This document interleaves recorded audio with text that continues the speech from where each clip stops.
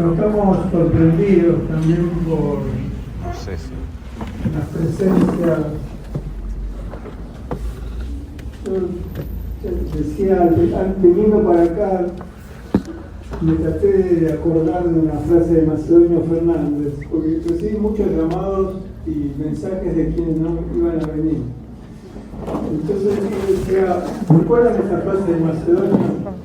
Que decía, si faltó tanta gente, que si hubiera faltado alguien más, no hubiera cabido. Y bueno, con la emoción de que estén acá, quienes están acá tienen muchísima cercanía, ¿no? Son invitaciones, que más que son invitaciones, pero también fueron llamados. Llamados con la amorosidad de las cosas que compartimos. Aquí hay presencias que tienen que ver con las aulas.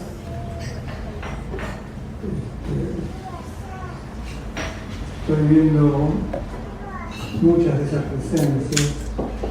Presencias que tienen que ver con los hospitales. Presencias que tienen que ver con las conversaciones en un consultorio. Y todas tienen en común eso, ¿no? La fuerza de la presencia, de estar ahí y de estar acá. Este libro tiene un título que se llama Sesiones en el naufragio, clínica de las debilidades, pero no estaba pensado para el momento político actual. El naufragio en ese momento era el naufragio de la civilización en pandemia. Sin embargo, la figura del naufragio está adquiriendo un grosor político.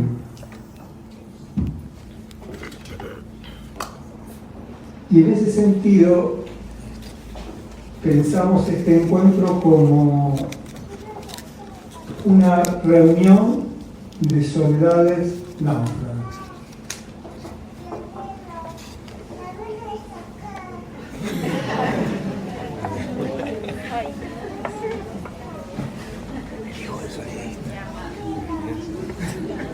Bueno, esa voz me da naufragio, transforma el naufragio en un charco apacible.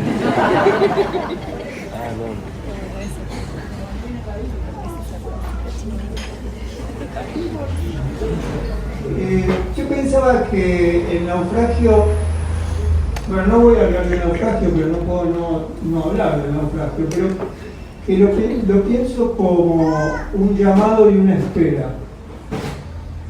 Es un llamado, mejor dicho sería para que lo decimos así, un llamado que espera. ¿Pero qué espera el naufragio? ¿Espera un auxilio? Sí, espera un auxilio. Espera la llegada de un auxilio. Pero hay un momento del naufragio que es entre el naufragio y el auxilio, el estar en el naufragio. El mientras tanto, lo que se espera no llega. Me parece que esa podría ser la imagen del presente, ¿no? Estamos en el mientras tanto, lo que no llega. Y yo lo leo políticamente, eso lo leo también. No lo leo, no es precisamente la expresión de lectura. Bueno, el naufragio es una metáfora que ha servido tanto. Es una de las metáforas más usadas en la historia de las ideas. Y bueno, me parece que tal vez nos ayudaría a pensar en mientras tanto lo que no llega. Una reunión de soledades náufragas que celebran el estar cerca y en flotación en mientras tanto algo que no sabemos que no llega.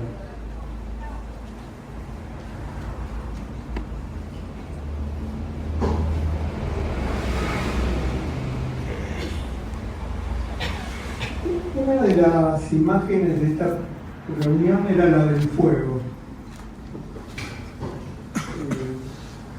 Porque es la imagen de los últimos tiempos, ¿no? El alrededor del fuego, el deseo de estar alrededor de un fuego. Las hablas son el deseo de una llamarada, a veces apenas chispazos. La clínica es un lugar del fuego, en muchos sentidos. El lugar del fogón, el alrededor de una pregunta, el tener un lugar a donde llegar. Bueno, esta reunión está pensada con el deseo de que algo se encienda. Maíta, que está a mi lado, la voy a presentar con el título de un texto que me parece que dice todo. Ahí Margarita se ríe.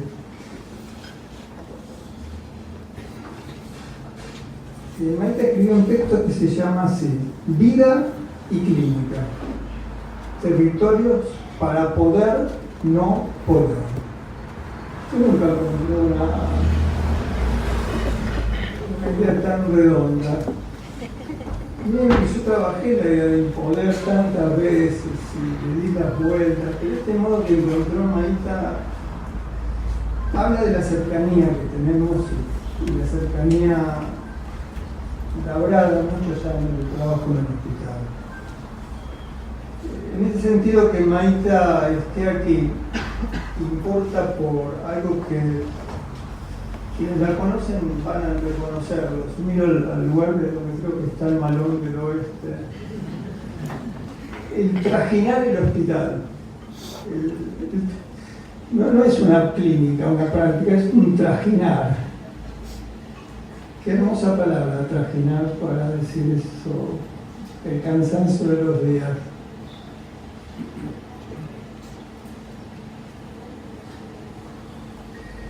Bueno, me da pudor, pero tengo que decir, yo admiro el trabajo clínico en Maíta. Silvia, no sé dónde estás, lo he dicho muchas veces. La morosidad en medio de la hostilidad. El hospital es un espacio muy hostil.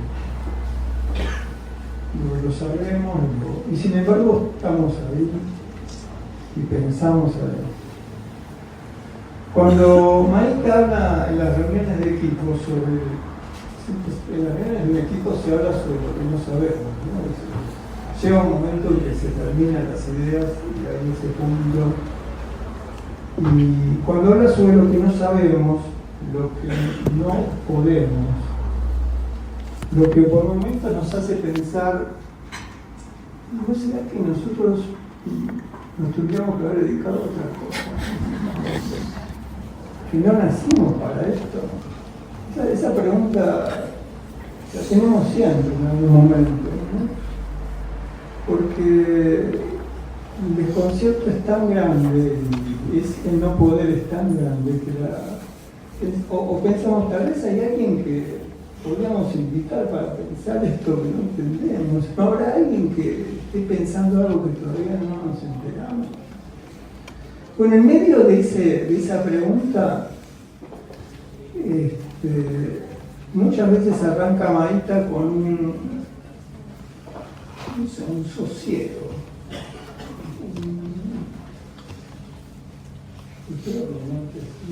Un sosiego, no sé, una pacificación trágica, no es una pacificación feliz. Pero encuentra ese modo que yo siempre admiré y yo pienso que le hacía muy bien a este libro que esté Maíta aquí, porque hay algunas escenas de esas discusiones en el equipo que la expresión equipo se había vuelto un conjuro y al mismo tiempo una promesa, al mismo tiempo un talismán, no sé. Nosotros transformamos la idea del equipo en una, incluso animista, ¿no? El equipo dice, el equipo cuenta, ¿no? Alguien le dice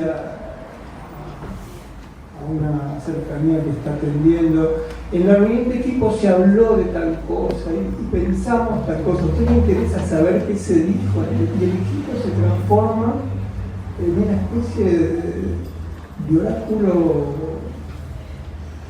querible, ¿no? Confiable, de una referencia que va más allá de todo lo que nosotros pensamos. Y eso fue construido en cercanía con María.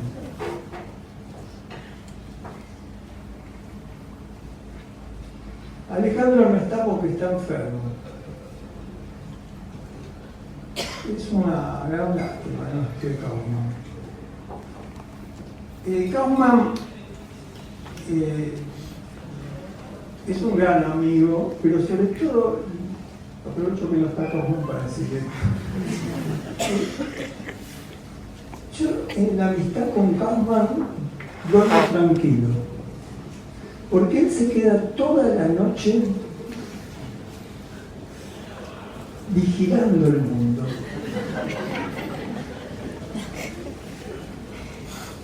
Quienes lo conocen a Kaufman saben, está Mónica ahí. Kaufman, porque si Kaufman no seguiría despierto toda la noche, yo no sé si la noche soportaría y nos reventaría con las tensiones de los cuerpos que lo dan. Yo le agradezco a Kaufman y creo que a partir de ahora tómenlo como referencia. Kaufman sigue despierto. Al despertarme el jueves encontré este texto de Kaufman y tuiteó, y que lo anoté porque Kaufman después lo borra al rato. Y amanecí con este texto. Parece que es como que vos amaneces y decís está todo bien, porque hubo alguien que está denunciando. En épocas de una gran incertidumbre, escribió, crisis y transformación, las disciplinas del conocimiento, no, Kaufman ya se hubiera enojado. En épocas de gran incertidumbre, crisis y transformación, las disciplinas del conocimiento, casi todas, entran en un cono de sombra. Es la hora del poema y de la piel herida, no de la razón que engendró monstruos. Vos te despertás y...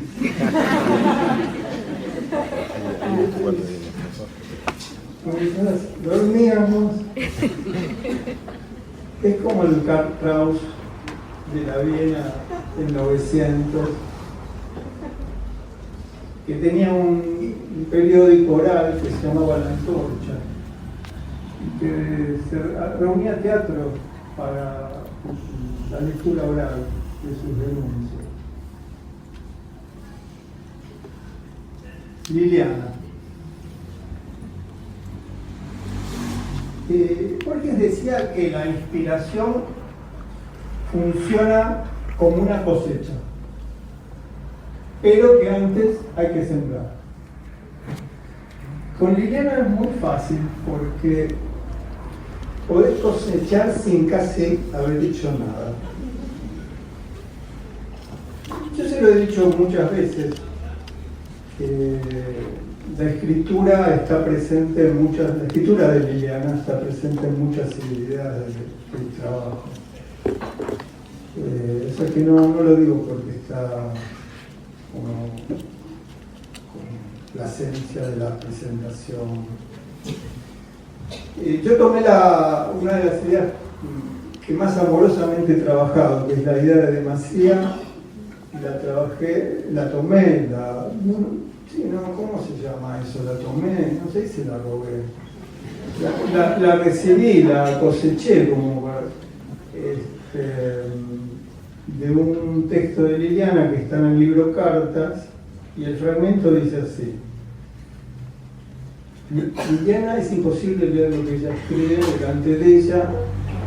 Todos recuerdan una vez en el aula que estaba trabajando sobre los textos de ella, ella estaba sentada al final y en el medio de la clase se levantó, caminó toda el aula para decir que así no estaba bien leído. Igual voy a leer. Y lo leyó y por supuesto mucho mejor. Realmente decía, ¿qué no daría por ser en demasía? Sin provocar la inquietud, el pánico, la duda. Por ser en demasía, ¿qué no daría? Y a partir de ahí sentí que la palabra es como el aguijón de la literatura liliana. La palabra demasía se transformó, y bueno, quienes compartimos el aula, se transformó en un lugar, sobre todo para discutir toda la clínica psicopatológica. No usábamos, bueno, con Maite hablamos compartido, dejamos en un hospital, en el manicomio dejamos de hablar de psicosis y pensamos que había que hablar de demasías. Y bueno, otra cosa que está muy presente en el libro, Liliana tiene un libro que se llama Cómo se lleva un niño, y ella toma la expresión de una entrevista que le hacen a Derrida, y que sobre el duelo, en un momento habla sobre el duelo, y entonces Derrida dice que un duelo se lleva como una madre lleva en su cuerpo a un niño, como el amigo lleva en brazos al amigo muerto.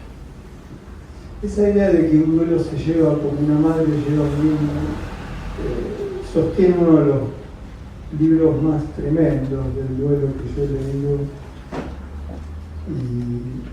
y esa idea de cómo se lleva a un niño está muy presente en sesiones. Me pareció que este modo suave, delicado, tierno, de llevar un duelo en brazos, cargándolo de esa manera, queda como un gran llamado. Bueno, y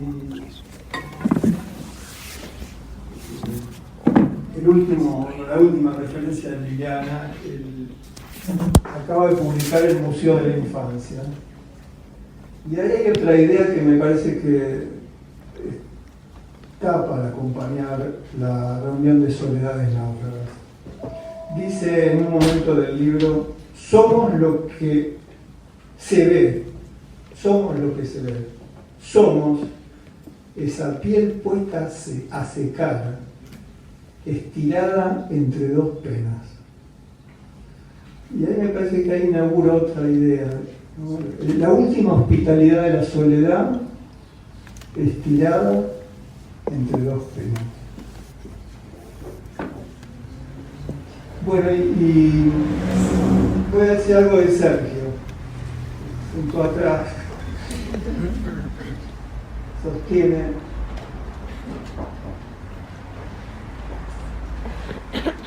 Yo no sé cuándo me di cuenta de que Sergio se había vuelto sabio.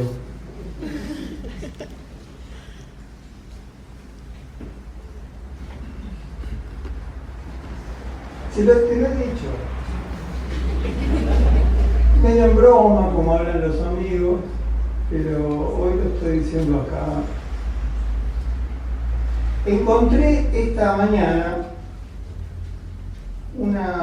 voy a traer un fragmento de una entrevista que le hicieron a Sergio.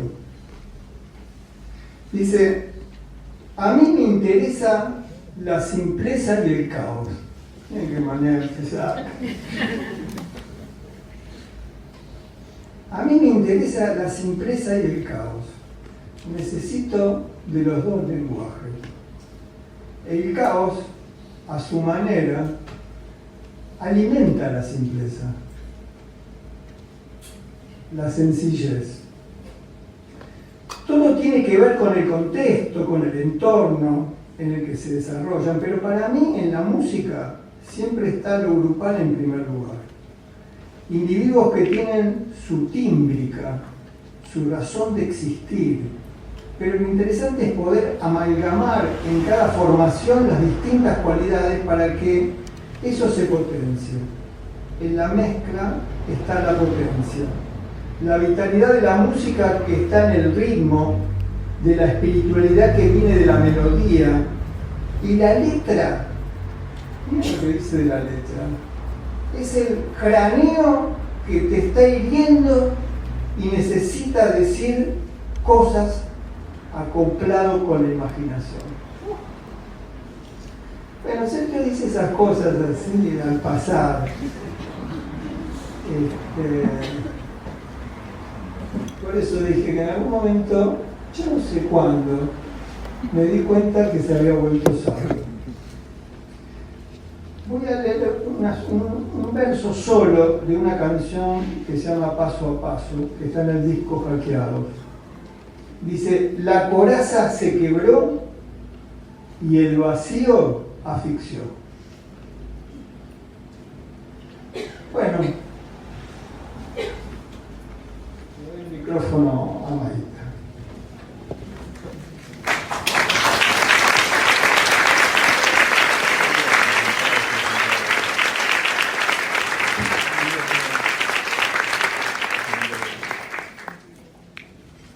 Bueno, buenas tardes a todos. Qué alegría estar acompañando la presentación de las sesiones, esta otra maravilla que acá escribe el compañero. Este es un libro que llegó a nuestro equipo dedicado como un regalo, y antes de eso fue llegando en algunas de sus sesiones, así como dirigido a un público pequeño, para poder encontrar esas orillas de las que este libro también habla, donde apoyarnos esos montoncitos de tierra encontrado en esas preguntas que vamos transitoriamente buscando respuestas y maneras de estar ahí.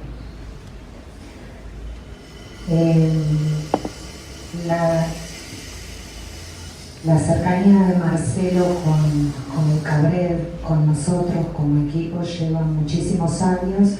Es muy difícil cuando uno dice muchísimos años y si no recorre un poco el pacto de esa expresión,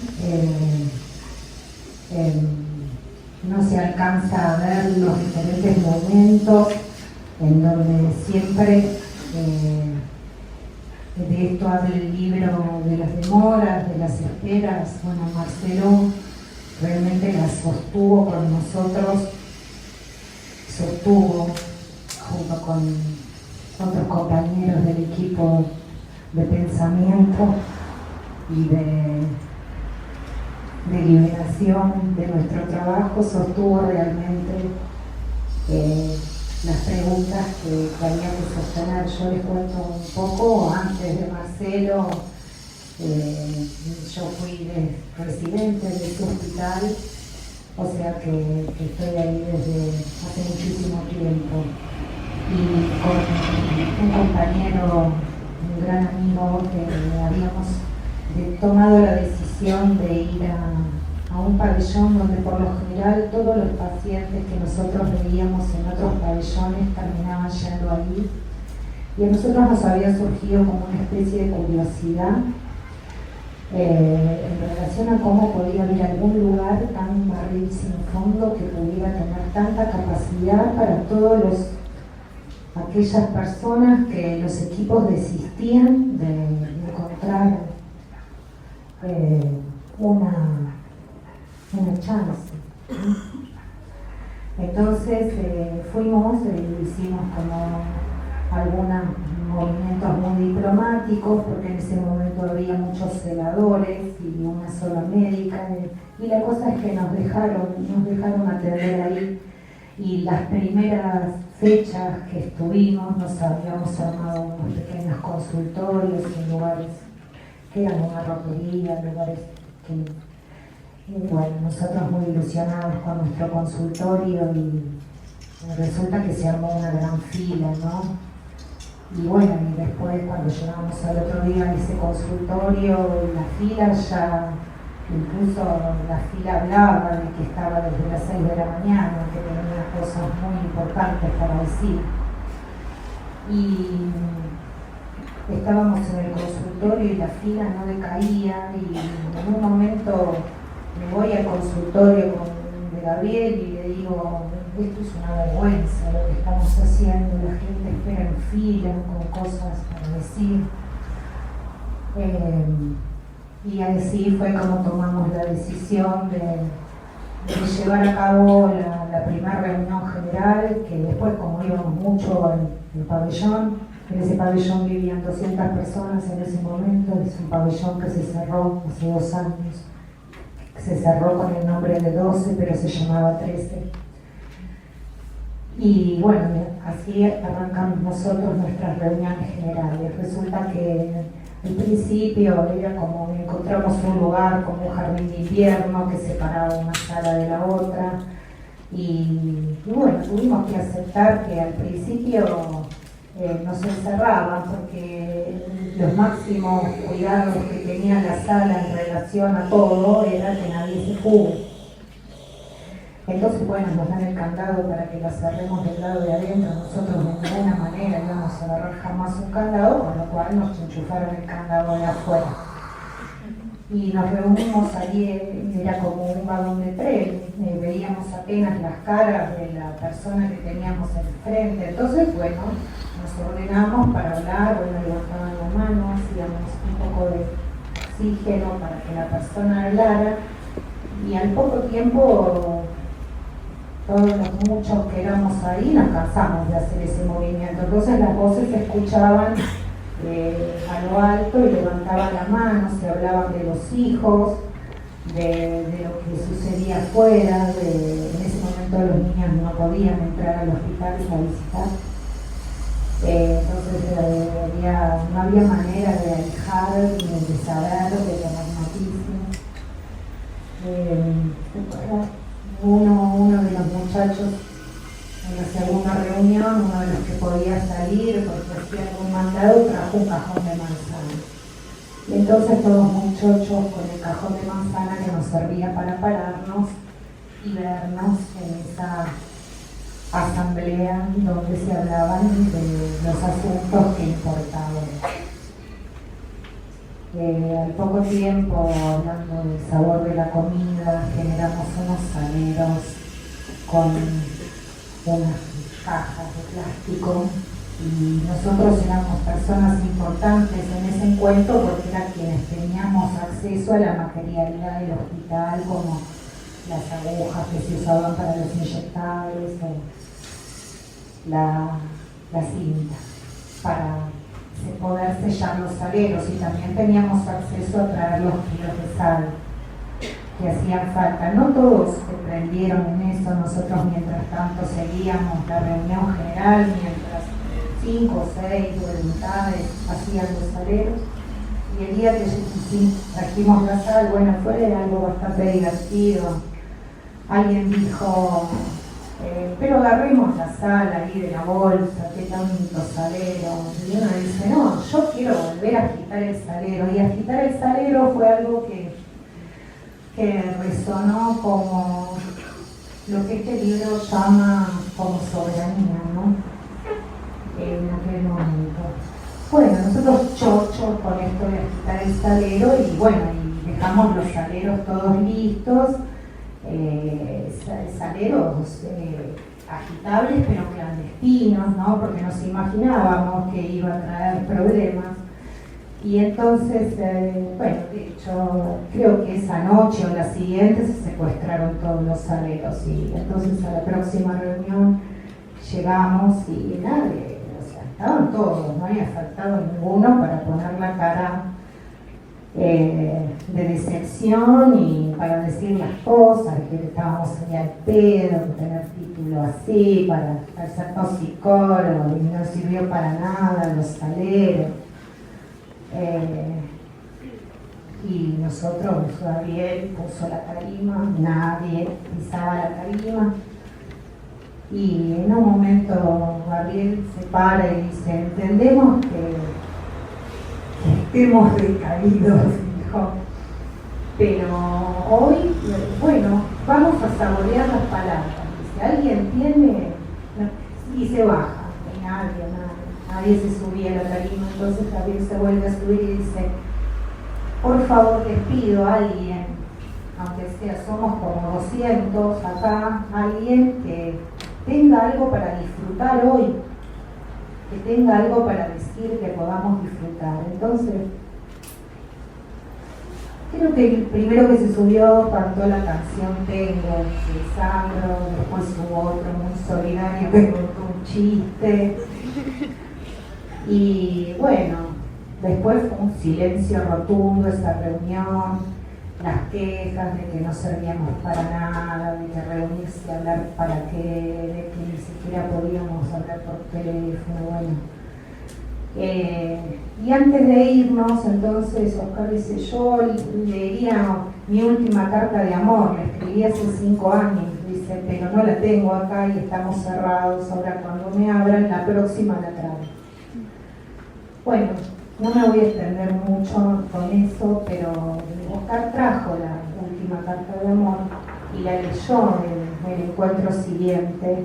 Era una carta curiosa porque se escribía de la siguiente manera, él no leía ni escribía. Entonces él recitaba, había hecho su narración y había un compañero que ya no estaba, que escribía, y otro que ese día leyó la carta. Cuando Oscar lee la carta de amor se produce un aplauso. La verdad que era una carta donde hablaba de todas las cosas que iba a hacer con Estela. Estela, vamos a vivir en la misma casa. Estela era una muchacha que vivía en ese momento en el Hospital Esteves. En ese momento se solía reunir a las poblaciones de los 2 hospitales para generar algo que se pudiera llamar encuentro.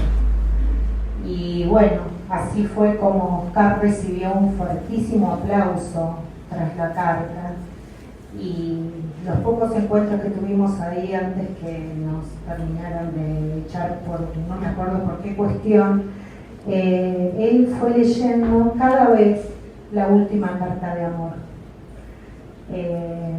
Esto es lo que creo que leemos en el libro de Marcelo, que la palabra tiene eso, que la última carta de amor puede ser la última del día, la última del mes, la última de la hora, la última del minuto. Y así fue como esa carta fue como una saga, ¿no? Y a partir de ahí nos juntamos en esto que se quería llamar el PREA para poder pensar la clínica fuera del hospital, y con un grupo de compañeros que venían de afuera para podernos formar y creo que también proteger en esto dentro del hospital. Y ahí se hicieron presentes, nosotros logramos que pudieran venir las personas que se convocaban en la reunión general. En el 2003 viene Marcelo, se suma a ese equipo que les cuento, y me acuerdo que yo venía de una licencia, entonces ya todo mi equipo ya lo había conocido, y me reciben con la novedad de que Marcelo iba a acompañarlos, que íbamos a sostener durante un año. En ese momento ya nos habían asignado a un pabellón como para también tenernos bastante a distancia. Y con mi compañera, bueno, todos me contaron entusiasmados, estaban muy felices de que ya con lo que ya habían empezado a trabajar, y me dicen que el trabajo se trataba de sostener una pregunta en esa asamblea por todo un año. La pregunta, y se la recordaba Marcelo ayer en un mensaje, fue: ¿es tarde para la palabra? Y la idea de esa pregunta era que todos los martes nos reuniéramos a hacer asamblea, y tras la asamblea hablar de ella. Yo les confieso, y le confesaba a Marcelo, que escuchar esa pregunta cuando la formación psicoanalítica pura y dura que uno tiene y que veníamos, ya les digo de la experiencia que veníamos con Mónica también quedándonos a dormir para poder charlar a la noche, porque nos parecía que ese eran otros instantes, otros momentos de conversación con los muchachos y íbamos generando posibilidades para poderlo hacer. Entonces esa pregunta al principio no me generó mucha confianza, me pareció como una frase que en el psicoanálisis se menciona tanto que uno podría responder no, vamos nunca, es tarde, bla. Y como que eso no nos iba a conducir más que a los encallamientos en los que ya estábamos, aunque todos estábamos dispuestos a quedarnos. Entonces, bueno, un poco lo que yo vengo a decir acá, que este libro, con la maravilla de todas estas palabras, todo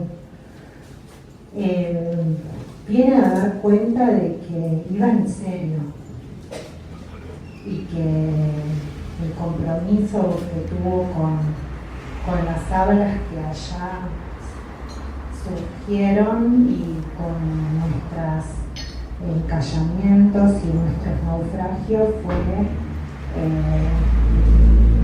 muy constante y muy puntual y muy, la palabra estimulante no me gusta para nada, pero nos sentíamos, lo esperábamos, pero nos sentíamos esperados. Eso tuvo otra etapa, porque él siempre supera en propuestas, y se vino al otro año con la idea de hacer un seminario de 2 años. 2 años en el hospital, o todo dura una eternidad inamovible y cristalizada, o dura 5 instantes, ya está. Y 2 años. Y 2 años era un seminario que se daba en llamar la Clínica Institucional de la Psicosis, y ahí recorrimos textos del psicoanálisis, leímos un montón, las diferentes respuestas a la locura que diferentes autores habían dado, y conversábamos nuestras asambleas porque no las soltábamos. Entonces teníamos las asambleas, las casas, el grupo de lazos y el seminario. Y después del seminario le hizo lugar a la asamblea. Entonces era cada 15 días, seminario, asamblea, seminario, asamblea. Y las asambleas empezaron a encontrar esto que también habla en el libro, que primero antes de la asamblea hablemos y después de la asamblea también. En ese seminario pasa un poco como en el libro. Partíamos de los textos y a veces llegábamos a los textos, y también como en el libro, Marcelo mostrándonos que a veces en unas cuantas líneas podemos encontrar algo de abrigo para salir de la intemperie en la que estamos. Entonces, después de ese seminario vino otra. Para ese seminario terminó con diploma. Marcelo y Maruca dijeron, esto no puede terminar de otra manera que con un diploma. Acá no estuvimos haciendo nada. Entonces el diploma también fue ahí un elemento que se usó para decir que habíamos pensado 2 años los problemas que teníamos. Y después de ahí la escritura. Este equipo tiene que escribir, pensar y escribir.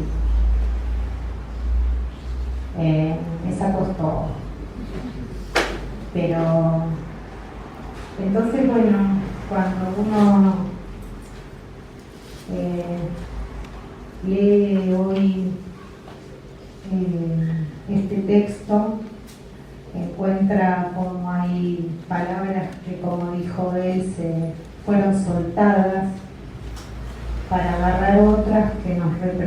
dejan a todos en nuestra igualdad, como puede ser paranoia, en su plural,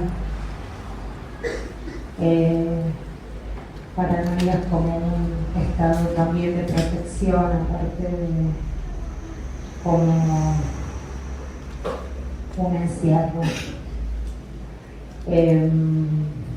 Las convivencias fue otra situación que problematizamos mucho, y acá entonces Marcelo también nos habla de esos momentos en donde también necesitamos de espacio y de retiro, y que convivir fuimos encontrando el apoyo de pensar en estar en común. Bueno, no me quiero extender mucho, pero decirles que en el libro pasa un poco, había una cita de Macedonia también que Marcelo trajo ahora hoy con el tema de la, a ver si la encuentro.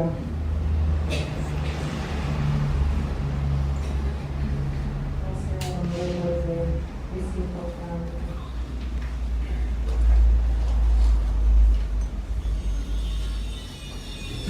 Cita Marcelo Macedonia cuando habla de estar nacientes y despidientes.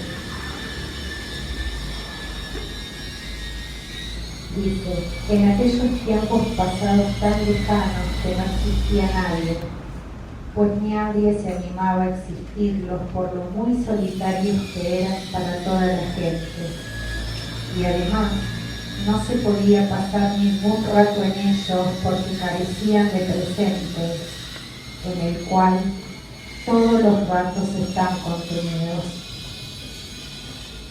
Creo que este libro tiene todos nuestros ratos contenidos. Así como las cartas locales, ¿no? Y que la última pregunta, que es un libro que versa mucho en el tema de la pregunta,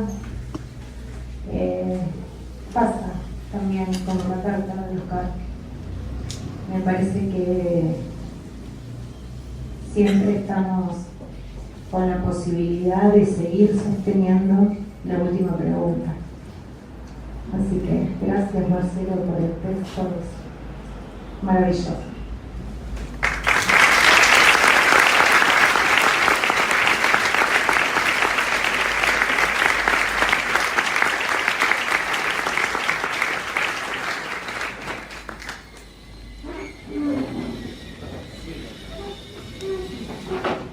Bueno, yo podría retirarme ya. ¿Qué necesidad?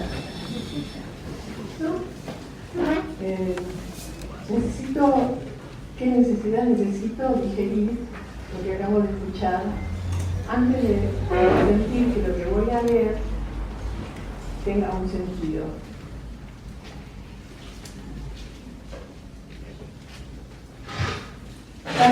Tan cercana al problema, en esa palabra digo todos los problemas, tan en carne viva tu relato, hace que la distancia que genera haber escrito, haberme tomado todo el tiempo de anotar en papelitos el libro, marcarlo, decidir qué iba a usar, qué no iba a usar, y el trabajo de la escritura me haga sentir que lejos que estoy del problema real, pero no lejos del libro. Entonces, mi trabajo, mi texto, es un texto sobre el libro, que carece, para mi tristeza ahora, en este momento, de la carnadura de la experiencia directa que lo genera. Pero como yo trabajo con la escritura y con la lectura, me da la posibilidad de abordar, me dio la posibilidad de abordar todo esto en una terceridad, ¿no? Que es la de ya haberlo elaborado Marcelo, después de haberlo vivido y ya haberlo pulido como escritura, y entonces yo como lectura producir otra escritura, y así, a pesar de irnos alejando del problema, del gran asunto que en definitiva está por debajo, por detrás y en el costado de lo que nos convoca,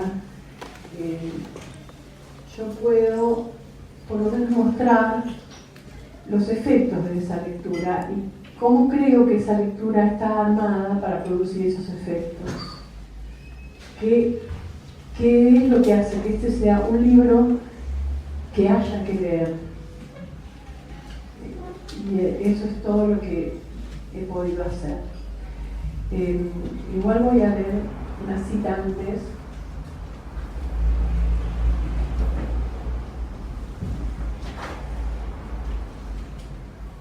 De Steiner, que dice,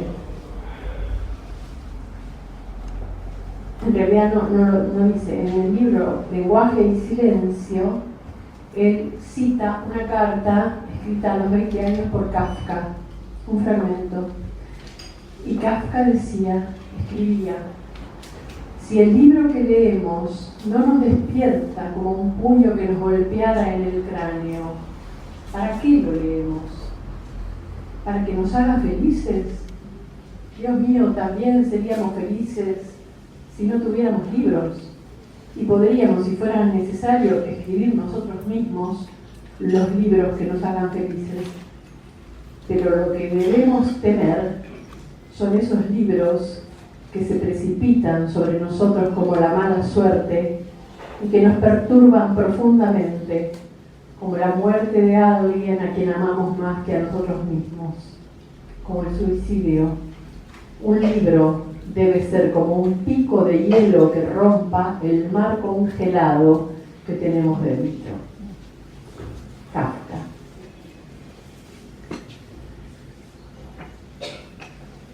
Dedico a Marcelo Persia estas líneas sobre la ética que él mismo glosa en una nota.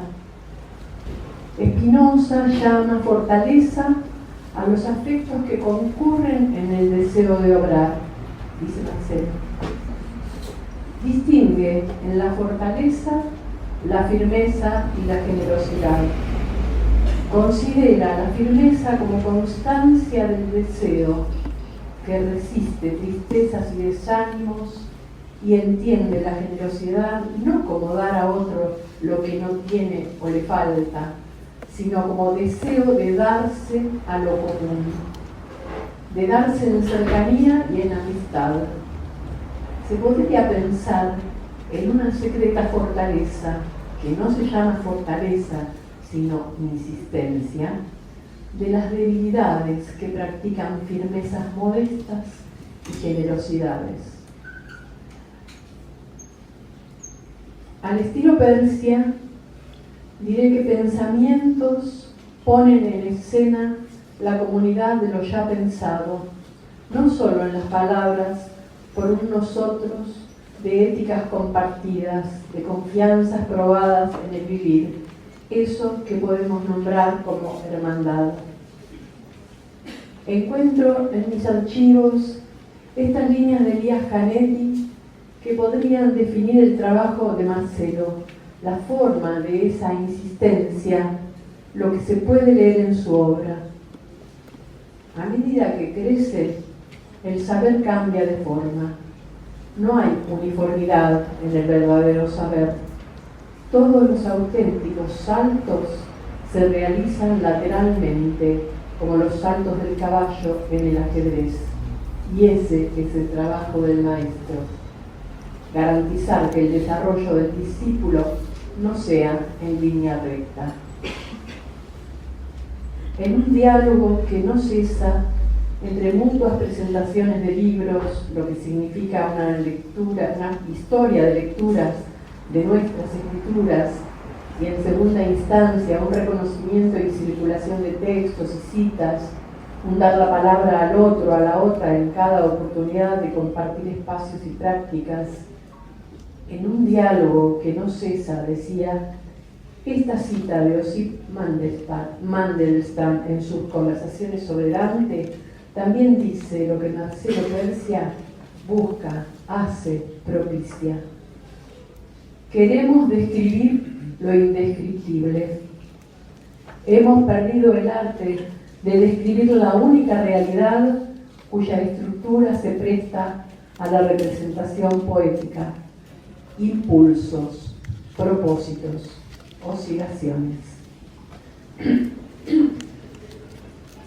Como dije en la presentación de Alejandra Pizarnik, maestra de psicoanálisis, ese libro de Marcelo de 2009, también porto ahora una doble incomodidad, la de no haber escrito todo lo que hubiera querido y la del exceso de equipaje.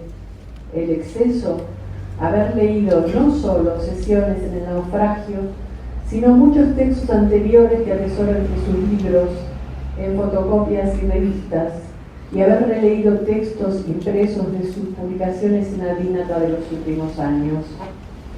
Una biblioteca ha caído sobre mí, así que sin más demora empezaré este diálogo esperando recepción.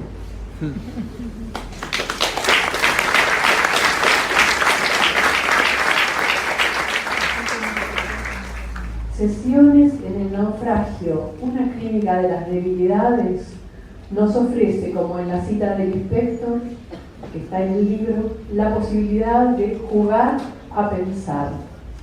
Yo diría, nos regala el entre dos de las lecturas que se disponen como en un escenario. Y en estas playas, donde se escucha la música del tiempo y su melancolía, podemos jugar a armar el discurso de la lista de posibles nombres para este objeto que es un libro, pero además más y otra cosa. Un diccionario de palabras y sinónimos, frases, interpretaciones, usos, una enciclopedia de experiencias situadas, un manual de diferencias, analogías, oposiciones productivas generadoras, un atlas, un acervo, una cartografía, una antología o colección de ideas, propuestas, sugerencias, instrucciones de uso, la vida, instrucciones de uso, diario de sesiones, un cuaderno de bitácora, un atlas de memorias del cine, la literatura, ensayos sobre el psicoanálisis, sobre la vida, un tratado, un mapa de puentes, túneles, caminos, cuadros de situación, modos de actuar, galería, fabulario, un faro como modos de ver, un catálogo como modos de estar, correspondencias, protocolos como modos de ser. Y como final de este juego, me atrevo a decir algo que Marcelo habilita cuando define cada palabra del título de este libro. Se trataría aquí, para mí, de una docencia de las emociones y tal vez de una guía de cómo sentir. La atención es la más rara y pura forma de la generosidad, dice Simone Weil, y pienso en el concepto de ternura que alguna vez escuché en una charla de Fernando Ulloa. La ternura provoca el miramiento. Esta frase aparece porque la mirada de Marcelo Persia sobre el psicoanálisis, sobre la posibilidad de pensar el otro, la otra, están teñidas, veladas, atravesadas por la ternura, por la conciencia dolorida de saber que en el dolor hay un secreto y que hay un cuidado que se debe a ese secreto. Y alrededor de todo eso, él escribe esta serie de problemas sobre el lugar de los que piensan el psicoanálisis y de los que estudian y trabajan con personas que están en estado de sufrimiento. Así como con Spinoza se puede pensar que no se sabe lo que puede un cuerpo, cita que Marcelo pone en el libro, con Henri Mejonic, en su libro La poética como crítica del sentido, se puede pensar lo siguiente. Se podría decir que un texto, en el sentido de una intención de pensamiento, y sea lo que sea eso que uno califica como género, poema o novela, texto llamado filosófico, es eso que un cuerpo hace al lenguaje. La poética es ella misma una ética en acto del lenguaje. Ella es en un mismo movimiento política, una política del sujeto, de los sujetos. De alguna manera, entre esas dos frases, la de Spinoza y la de Mejonic, está trabajando todo el libro, todo este libro. Pienso en qué le hace la lectura a un cuerpo, qué le puede hacer la lectura de este libro o la lectura de poesía al psicoanálisis, qué le hace a Marcelo Persia la lectura continua de textos literarios, de textos poéticos que lo instalan, como dice él, a hacer una residencia clínica en el poema. El libro nos invita a leer sobre algo ya trabajado por él, aunque nunca tan exhaustiva y delicadamente. Desde una hora que se piensa, por fin, como la hora del fin de los encierros. Reflexiones sobre la cuestión de la insumisión y de la discrepancia, al hablar de formas de dar testimonio de un desacuerdo en uno mismo, no con uno mismo, relatos, esquirlas de un hacer con otros. No se trata solo de cuáles son las ideas que en todo el libro se desgranan y dan a leer como un desafío a la comprensión, como una noticia necesaria, de antemano esperadas, en un acuerdo previo de esa confianza en una ética compartida. Como sabemos, se trata del modo en que esas ideas son pensadas para ser escritas. Una convicción, el deseo de dar testimonio, un método de transmisión, un estilo entre la ficción narrativa y el ensayo, un cruce de fragmentos de otros autores que crea deseos de lectura, hilvana, borda en punto cruz, el que no se desarma, surce ejemplos que provienen del cine, la literatura, la filosofía, el psicoanálisis, enhebrando palabras de otros, interpretaciones conocidas y dispersas en las lenguas de la tribu, se enlazan para sugerir líneas de acción, compartir eso que llamamos experiencias, tentativas, acercamientos a cierta eficacia de acciones ya probadas por quienes trazaron sus huellas en la piel del tiempo y el cuerpo de los otros. Marcelo Persia sabe lo que falta en el psicoanálisis, Se propone él, como aprendiz de la palabra poética, para mostrar un método de lectura que sea un método de escucha, una creencia en la palabra que se cree a sí misma es necesaria para aprender. Yo creo que este libro suscita, y lo que suscita es una discusión, porque Marcelo plantea que él es llamado a hospedarse en la conflictividad del otro. Leeremos en este libro una política de la palabra que se ocupa de casi todos los pensables, que ejerce la donación de sus saberes, que actúa en un mundo poco hospitalario al que conoce y donde eligió mirar con hospitalidad zonas que conocemos poco o desconocemos, y donde, como escribió Alejandra, Marcelo Persia dice lo que dice y además más y otra cosa. En el final de la presentación, con la que el libro abre a sí mismo, anuncia como si fuera poco: solo se trata de inventar una lengua clínica que nos guste. Perdón. Y apenas eso, ¿no? Solo se trata de inventar una lengua clínica que nos guste. Me sumerjo en el libro y ya en el primer texto, Vivir entre metáforas, me propone un naufragio.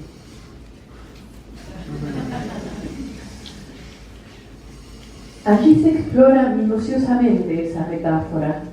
Se propone la idea de darse a un naufragio como darse a un análisis, por ejemplo.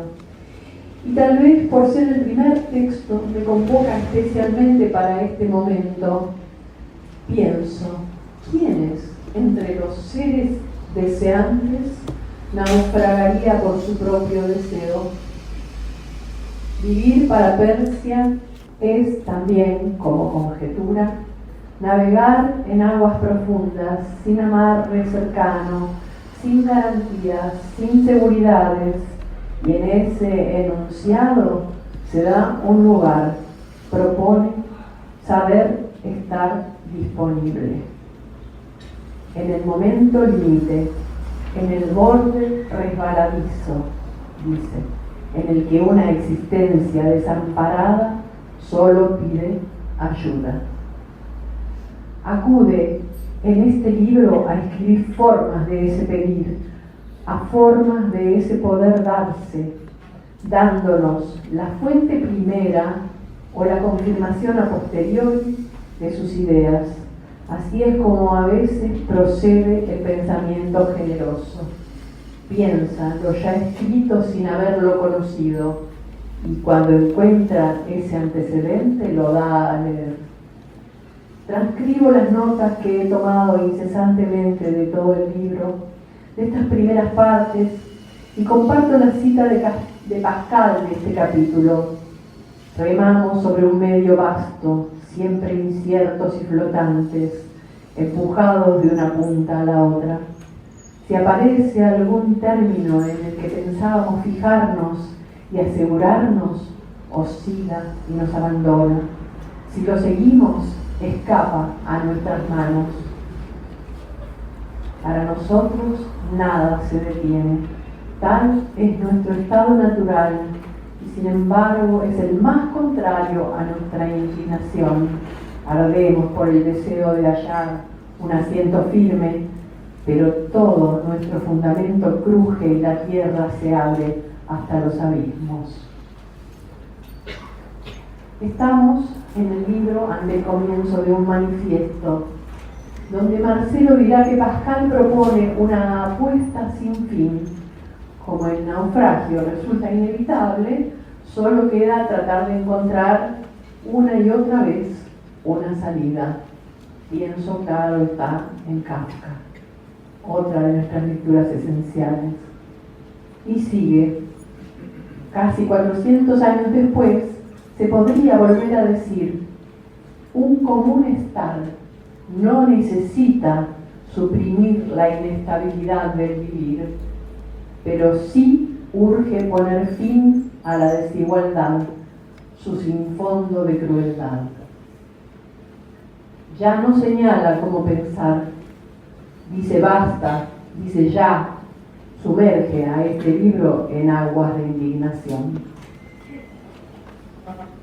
Con el movimiento del texto me aferro como a una balsa a esta frase: ¿acaso se pueda pensar también en darse a la orilla, a esa húmeda franja de aguas que suben y bajan? Eso hago, darse a la orilla. Mareas que en su instable movimiento aseguran la repetición de un mínimo riesgo. Leo el texto como marea que viene y va de concepto en concepto, de imagen en imagen, para retroceder a la orilla de su mismo umbral. Esta propuesta es la negación de la anterior. Así, desarmar certezas es el ejercicio necesario de un pensar en el que confiamos. El pensamiento sobre el habla, el darse a la soledad ajena, dejar el equipaje, como un pensamiento que sube y baja, marea regida por una luna omnipotente en un mundo de impotencias, o de potencias encapsuladas que no saben o no pueden actuar. La escritura del pensamiento como algo que debe mostrar su movimiento, construir, deconstruir, solo así para dejar una huella en el borde de las aguas que se retiran. Esa huella es la señal para volver a pensar, para abrir otra vez el juego de imágenes. Me siento en un mar de incertidumbres. Después, nunca se sabe cuánto duele un dolor, que aunque pareciera provenir de otro paradigma, se entiende como anuncio de la frase que vendrá. Alguien dice en estos días, cada noche ilumino con una pequeña luz la oscuridad de las aguas, busco sobrevivientes, pero no encuentro a nadie. Me despierto llorando a mares. Y sabemos qué tragedias pasan ante nosotros en cada playa del planeta. Taxonomías, registros, compilaciones de una escucha en diversos universos, con un común decir que ahonda en aguas contenidas o incontenibles, siempre en riesgo de tapar, callar, dejarnos sin aire. Citar, dice Derrida, es dar el tono. Lucrecio, leído por el ya citado Espinosa, Blumenberg, Defoe, clínicas como posible suspensión de las catástrofes, deseo optimista del texto. Y en un par de páginas se desmantela la cubierta del barco en el que estamos. Y finalmente Nietzsche ofrece un respiro. Tal vez desamarrarse de una moral sin asirse a ninguna otra. Y, con alegría, Marcelo escribe su síntesis. Solo sentir, actuar, pensar, desamarrando, zarpando, partiendo. Estamos apenas en el comienzo del libro, tiempos de pandemia en los que estos textos se empiezan a escribir. Sigue el hundimiento del Titanic en 1912, como si el indolente mar más de un siglo atrás hubiera avisado lo que desde entonces la Tierra no deja de decir. Arrogancias del progreso están destruyendo la vida. Y seguirá leyéndose en este manifiesto a Benjamin y a Pizarnik, las olas del deseo golpeando contra los acantilados de la ceguera, de la sordera, de la honda miseria del mundo. Disciplinadamente continúo con el segundo texto, Aprender a naufragar. Relato de una experiencia de trabajo grupal donde se proponía un naufragio como juego teatral. Nos enfrentamos a existencias en situaciones límites. Es aterrador leer la descripción y es un descanso el enunciado con el que termina el experimento que este texto hace conmigo. Dice Marcelo, un común naufragio necesita imaginaciones insumisas ante las crueldades derivadas de todos los pánicos. Necesita debilidades amorosas que agiten dulzuras animosas. Hay en este libro un análisis de las ideas de la fuerza en la cultura y hay como conclusión una defensa de la idea de debilidades. Ejemplos estos del desplazamiento entre nociones que creíamos conocidas, el movimiento, es decir, empujando conceptos hacia el borde del sentido común, que es, como es sabido, el peor de todos los sentidos. como escribe Marcelo, desmontar las hablas del capital que habitan en cómo pensamos, para poder actuar como pensamos. Es interesante señalar el uso de la expresión conviene. Es en sí dubitativa, usada en lugar de corresponde, hay que, se debe, esa delicada palabra, conviene, porta, un saber, nunca se pronuncia sin argumentación, y en este libro se destaca como parte de la enseñanza de cómo hacer una pedagogía sin hacer más que sugerencias. En el ensayo sobre la piel, libro de poemas que Marcelo presentó en 2019, escribo sobre mi amoroso cuidado a una debilidad, una fragilidad, un sufrimiento en la piel de mi hermano, entre otros textos vinculados con el agua, el hundirse, el irse hacia el fondo. Escribo: él preguntó en su tono monocorde, ¿y si nos vamos de viaje vos y yo? De viaje para no volver a lo abierto. Dije que sí, vamos a dónde, y ya no supo, porque a dónde no es un destino. Momentos de luminosidad cuando dijo a su acompañante: mi hermana es un capitán, y nos embarcamos los tres en el mismo naufragio. En esas líneas conviven la idea de embarcarse y la de naufragio. Un espejo con la modalidad discursiva de este libro me hace pensar que se dice embarcarse como sinónimo de unirse, apoyar, compartir un proyecto. Ustedes se embarcaron juntos. Como sinónimo de unirse, apoyar, compartir un proyecto, pensar en el Arca de Noé, un lenguaje común para pensar en común.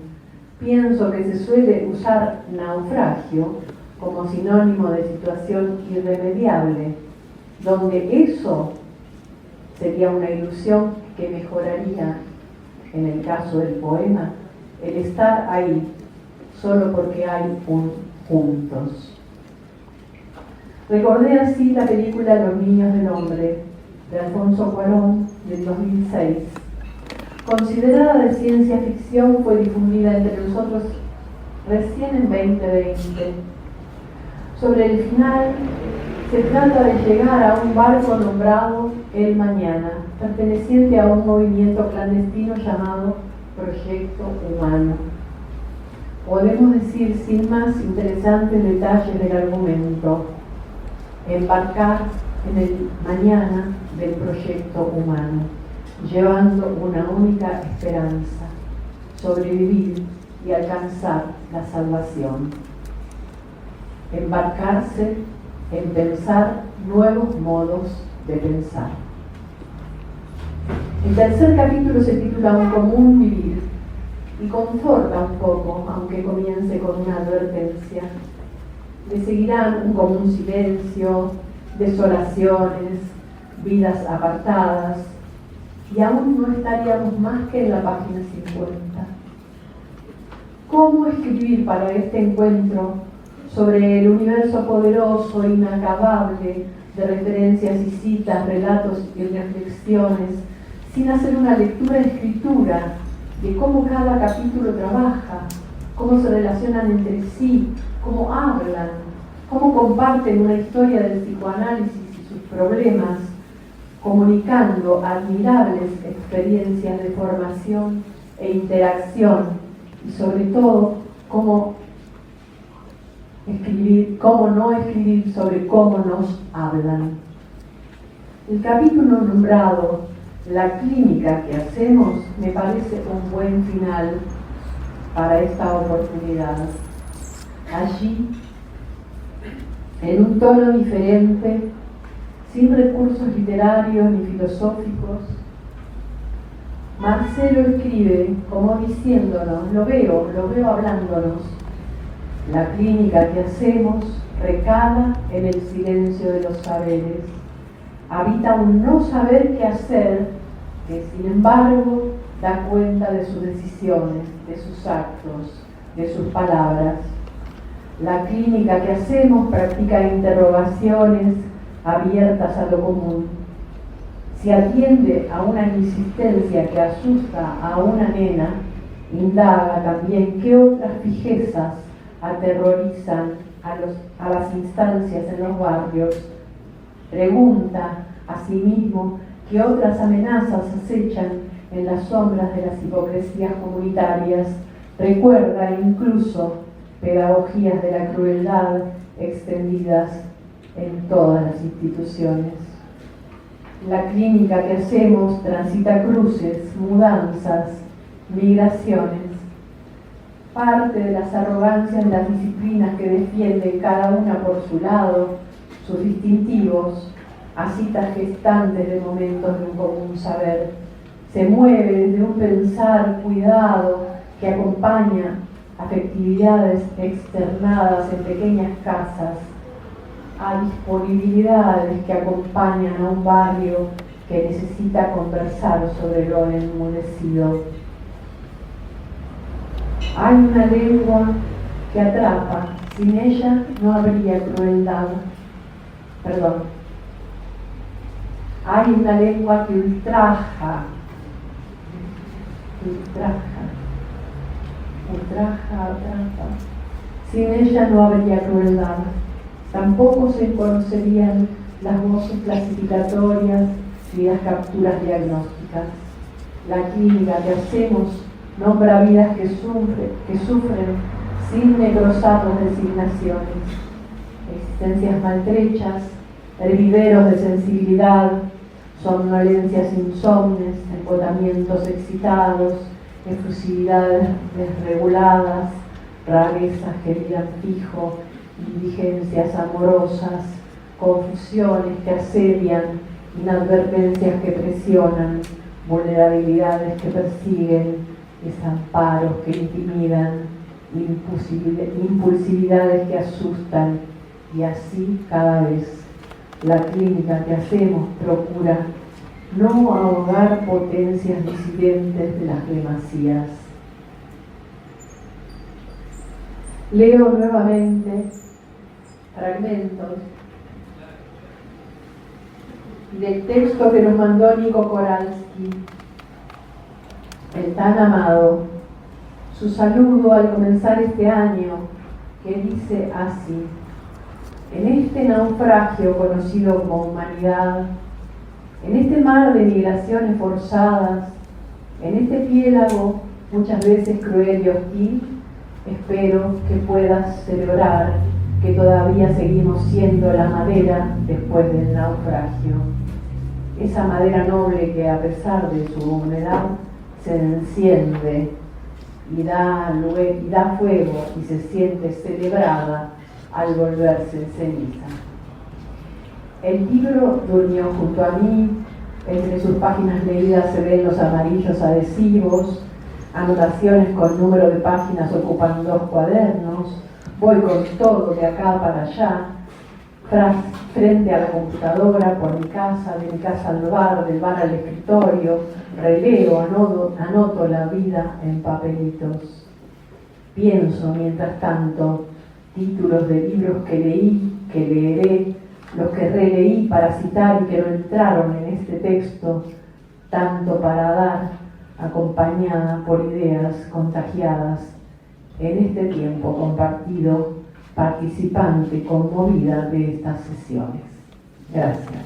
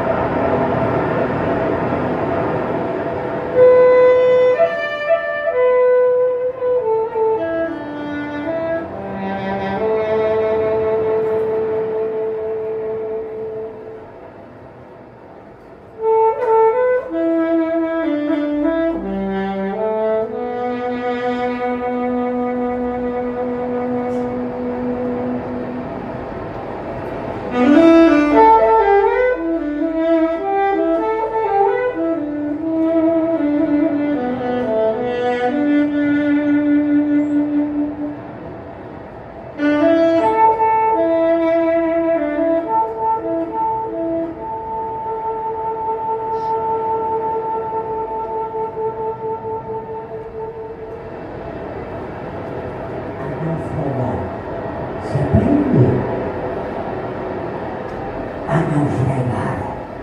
Se aprende a naufragar, a naufragar, a naufragar. Se aprende.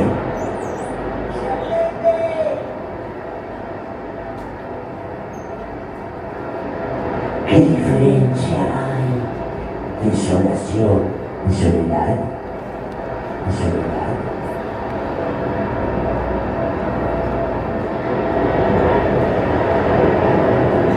El poder significa lo mismo que impotencia.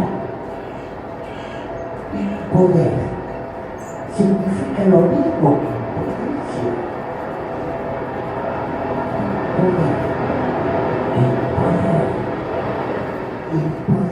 ¿En qué consiste una conversación clínica? ¿En qué consiste?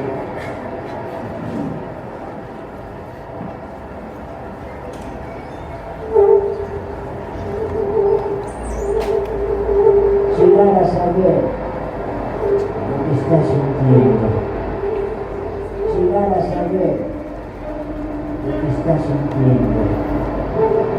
Lo que estás sintiendo.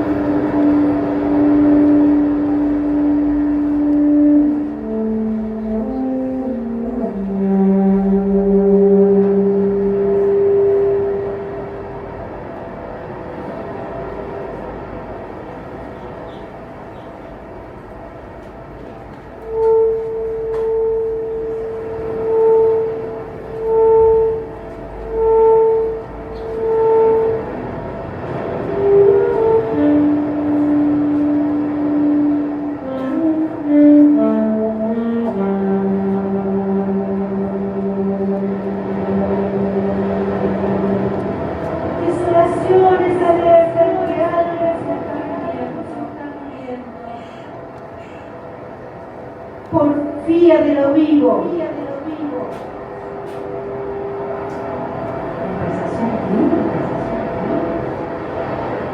Llegar a saber lo que están sintiendo.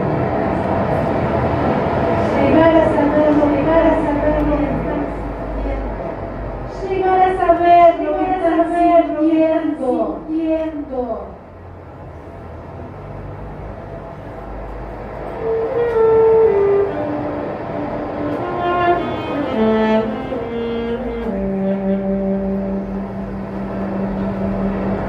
¿Qué diferencia? Desolación, de soledad.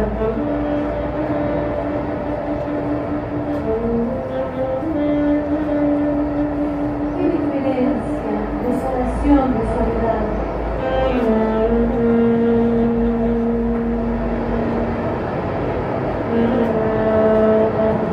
Uno de los grandes padecimientos de la vida reside en la enfermedad de la fuerza. Uno de los grandes padecimientos de la vida es impoder significa lo mismo que la hiperpotencia. ¿Qué porvenir desde las clínicas? Impoder significa lo mismo que impotencia. ¿Qué desea el deseo?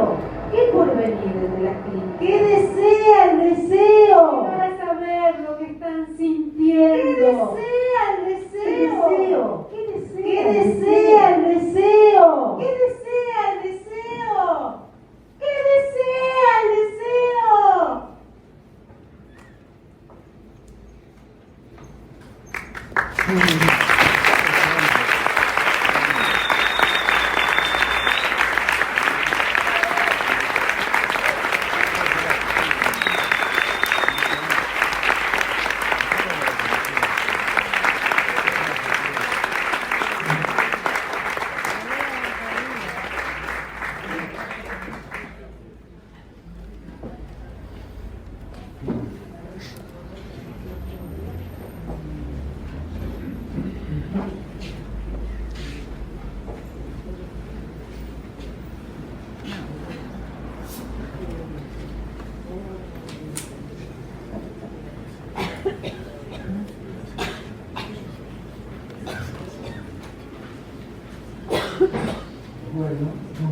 ir terminando.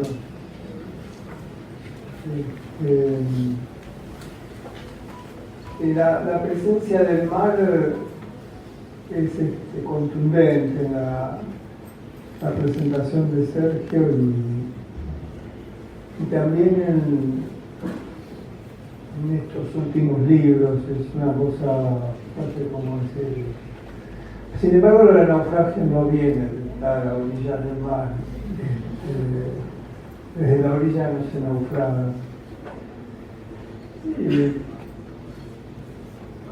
Yo anoté algunas cosas para despedirnos hoy de lo que llamo esta ceremonia. Una que escuchamos en el hospital la última vez. El día después del domingo, tras las elecciones, llega a la reunión de equipo en el hospital y dice: qué bueno saber que existe un lugar a donde traer los corazones rotos. Esta intervención decidió esta presentación, un lugar donde traer los corazones rotos.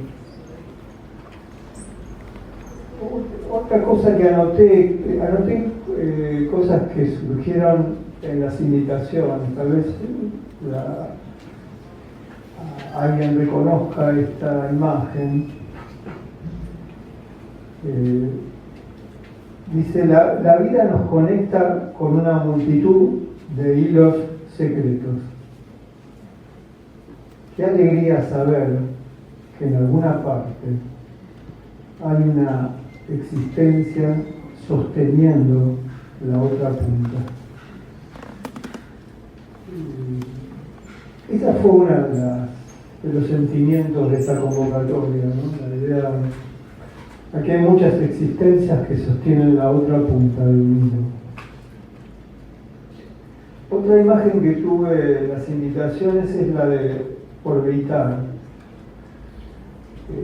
Yo siento eso con muchas de las presencias que están aquí, que orbitamos alrededor de no sé qué, pero así andamos, en una curva elíptica donde cada cual desde su posición sabe que hay alguien también orbitando ahí, sosteniendo el mundo.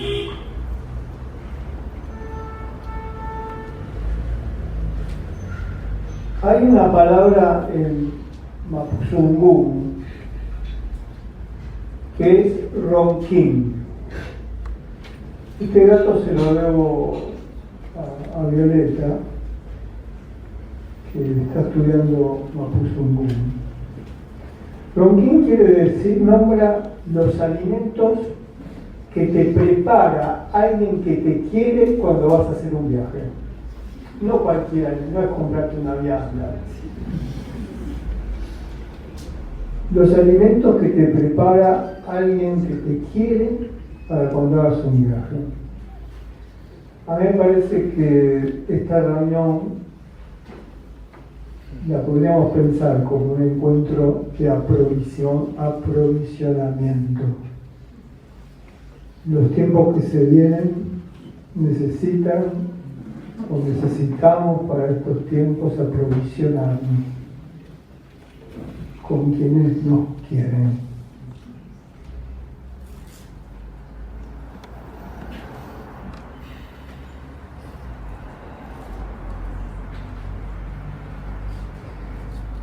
También la otra imagen que tuve en esta convocatoria, en estas invitaciones, era la de la comezón. Empecé a sentir eso, como con muchas de las presencias que están aquí, siento que algo nos ha picado, una picadura caprichosa, y con el tiempo crece esa comezón, y realmente qué lindo sentir esa picazón que nos cesa.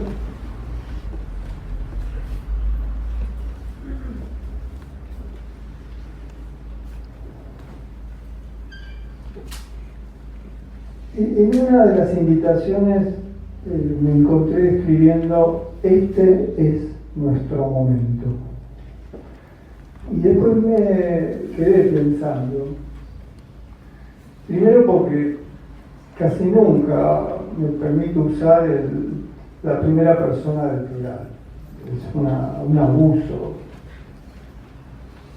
y menos el adjetivo posesivo que le pertenece, nuestro. Pero me parece que podemos hacer una excepción y decir que este es nuestro momento.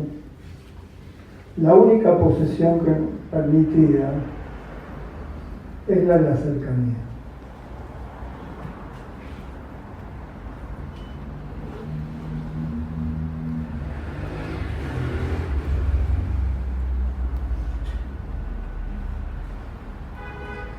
Y este punto me cuesta leerlo, lo podríamos pasar por alto, pero quería decir que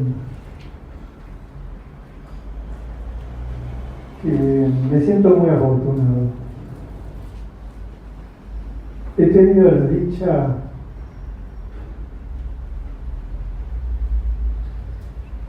de la amistad en las aulas.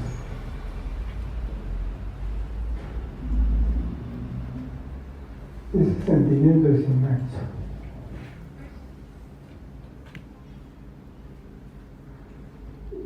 Lanzamos flechas al tiempo que han dado muchas almas. También me siento muy afortunado de las amistades clínicas, de pensar en voz alta cómo salir a pastorear sin precauciones, ese estado de confianza. Qué bueno que es pensar así. Me siento muy afortunado de las complicidades en el consultorio.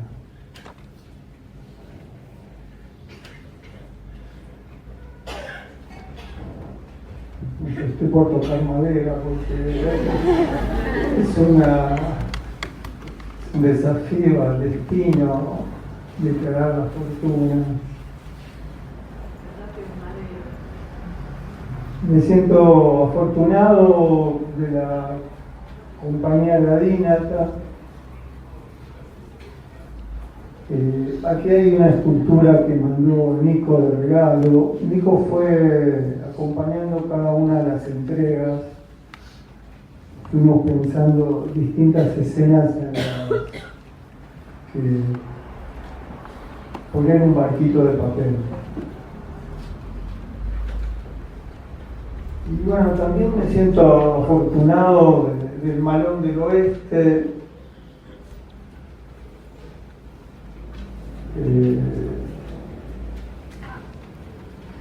Me siento afortunado por el editor olvidado. Editor olvidado porque el editor está Cristóbal. Hoy intercambiamos eso. Pues yo le escribí, le dije: no te olvides de llevar los libros.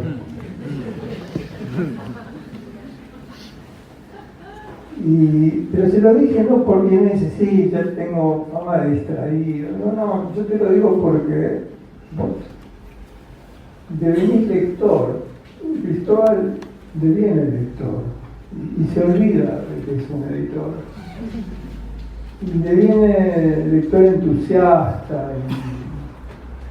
Me siento afortunado del editor olvidado.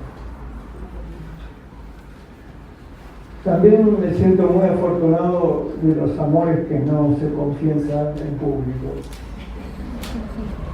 pero que son los más queridos, los que finalmente acompañan cuando esto termina.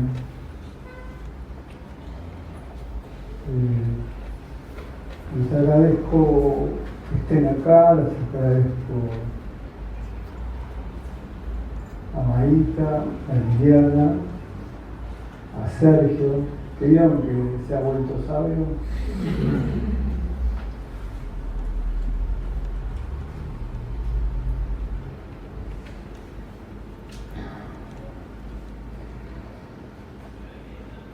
Sí. Voy a terminar solo con una cosa. Al final no hacemos otra cosa que pensar y sentir la vida, tratando de que el amor no haga daño. Bueno, gracias por estar acá.